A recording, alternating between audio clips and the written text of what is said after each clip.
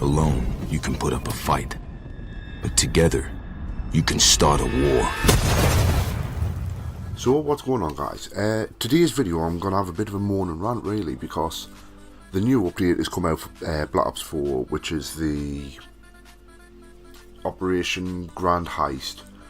And as you can see, I've put a clip in from the new Black Market tier system, tier progression area, and we've got new weapons, new reactive camos, new outfits, all standard stuff.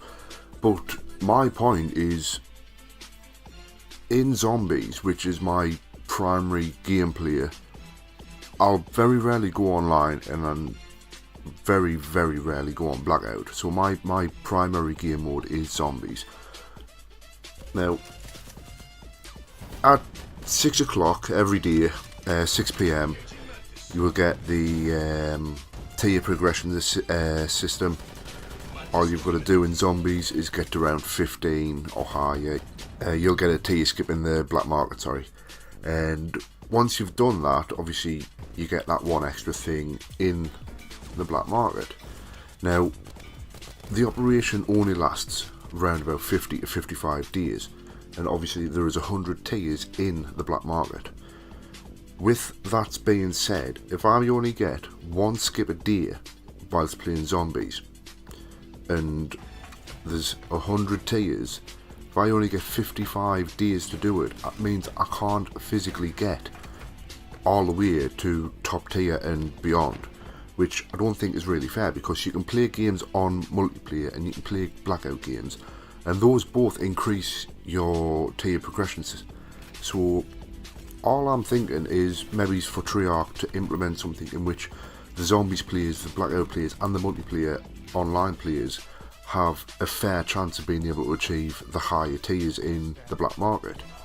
And obviously you can buy things with your COD points, which, if you've got the money and you're prepared to spend it, fair enough, that is on your choice. But I don't agree with it. We've got all these new things coming into the game that realistically you're going to have to buy. As you can see on screen, you've got some of the new camos and the new little additions to Blackout, where you've got the new parachutes and the jump smoke, things like that, glide suits. And I'm not really bothered by that. I want to see more things implemented in Zombies. And I know it sounds like I'm ranting on too much about it, but I'm making valid points, or so at least I think. Because with Black Ops 4 coming out, there was 4 on day release maps, which went through, played. With the Black Ops Pass, you got one extra map. Now, all we're getting is gauntlet modes, and they can only last for so long. It's not fair on the Zombies players, who they've getting the big bundles of the games, which cost maybe £85 or £100 and odd pound to get the Black Ops Pass and the extra things, but their favourite mode is Zombies, but they're not getting anything in return. Like I say, the gauntlets are good, but they're only good for a certain period of time. You can't go on day in, day out completing them, because you'll just get bored. Whereas when you're playing a normal game of Zombies, all you've got to do is set yourself a challenge. You can do spawn room challenges, you could do a certain weapon challenge, you can't pack a punch until a certain round, or you've got the Easter eggs there that you can complete, solo or as a team. But each progression you go through, just like online and just like Blackout, it will give you like a chance to get better weapons, because it unlocks them with every level that you go up, but you only get leveled up, you don't increase anything in the Black Market.